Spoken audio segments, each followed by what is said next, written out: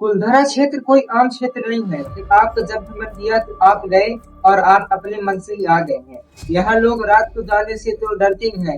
दिन मान अगर जाती हैं तो वो नहीं मिलती, उनकी मिलती है लाश। और कभी कभी तो ऐसा भी होता है जिनकी लाश तक नसीब नहीं होती है। बात कर रहे हैं राजस्थान के जैसलमेर के कुलधरा क्षेत्र की, जहाँ पालीवाल ब्राह्मणों ने इसकी स्थापना की थी, वो भी 13वीं शताब्दी में, जो कि पाली क्षेत्र से आए हुए। पाली ब्राह्मण ये सिर्फ ब्राह्मण नहीं थे, बल्कि एक कुशल व्यापारी, सामाजिक सोच वाले और वैज्ञानिक तकनीकी से युक्त थे। जब जैसलमेर जैसे क्षेत्रों में पानी के लिए लोग 13वीं शताब्दी में तरसते थे, तब लोगों ने इन्होंने अपनी कुलधरा की डरावनी कहानी 19वीं सदी में चालू होती है। यहाँ का राजा सलीम सिंह, जिसे लोग जालिम सिंह भी कहते थे, जालिम सिंह इसलिए कहते थे क्योंकि ये लोगों पर अत्याचार करता था, अपनी प्रजा नहीं मानता था, उन पर अत्याचार, सबसे ज्यादा टैक्स लेता था, इसलिए लोग इसे जालिम सिंह भी कहते थे। बड़ा ही अयास और बेहद बेवकूफ इंसान के रूप में माना जाता है, ऐसा लोगों का कहना है पालीवाल ब्राह्मणों का। सलीम सिंह एक दिन गांव में फरमान भिजवाया कि मुखिया की बेटी को उसके महल में भेज दिया जाए।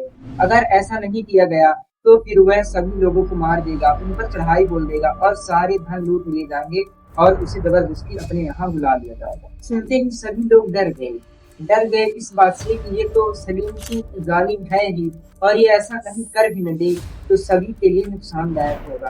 तभी इन लोगों ने कुलधरा एक क्षेत्र था जो 84, इसके अंदर भी 84 गांव आते थे। ये मुख्यालय था, तो उस मुख्यालय के पास कुलधरा के एक मंदिर के पास इन लोगों ने एक सभा बुलाई, जिसमें कि निर्णय लिया गया कि अपनी मुखिया की बेटी को इसके हवाले नहीं किया जाएगा, क्योंकि ये एक बेटी का सवाल नहीं बल्कि 84 गांव की इज्जत का सवाल था।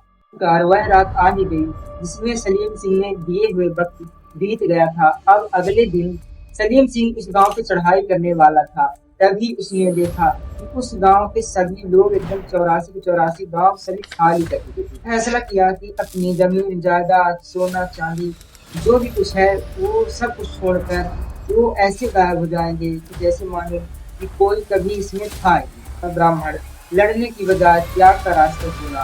खालिद सिंह के आदमी उस गांव में गए तो उन्होंने देखा कि गांव में एक भी बच्चा तक की आवाज नहीं आ रही थी। जब उसने पता करवाया तो पता चला कि ये लोग गांव छोड़कर चले गए हैं, और ऐसे गए हैं कि पता ही नहीं चलता कि किस क्षेत्र में गए हैं, एकदम पैर के चिन्ह ही मिटा दिए। उन ब्राह्मणों ने श्राप दिया कि अगर मैं अपनी बसी बसाई जमीन जायदाद क्षेत्र में नहीं रह सकता, तो यहाँ पर जो भी कोई भी आएगा और रहने का प्रयास करेगा वो कभी यहाँ सुखी से रह नहीं पाएगा। तब से लोग जो भी वहाँ बसने जाते हैं तो वहाँ किसी की अचानक दुर्घटना हो जाती है और वो मर जाते हैं, वहाँ कोई जीवित नहीं रहता। अब इस समय कुलधरा क्षेत्र एक डरावना किला के रूप में प्रख्यात हो चुका है। वो गांव एकदम खंडहर हो चुका है और वहाँ पर अब कोई भी इंसान नहीं रहता है। लगभग ये 200 साल पुरानी क्षेत्र है, जहाँ पर ये एकदम खंडहर के रूप में प्रख्यात गांव कुलधरा है। यहीं पर कुलधरा की कहानी समाप्त होती है।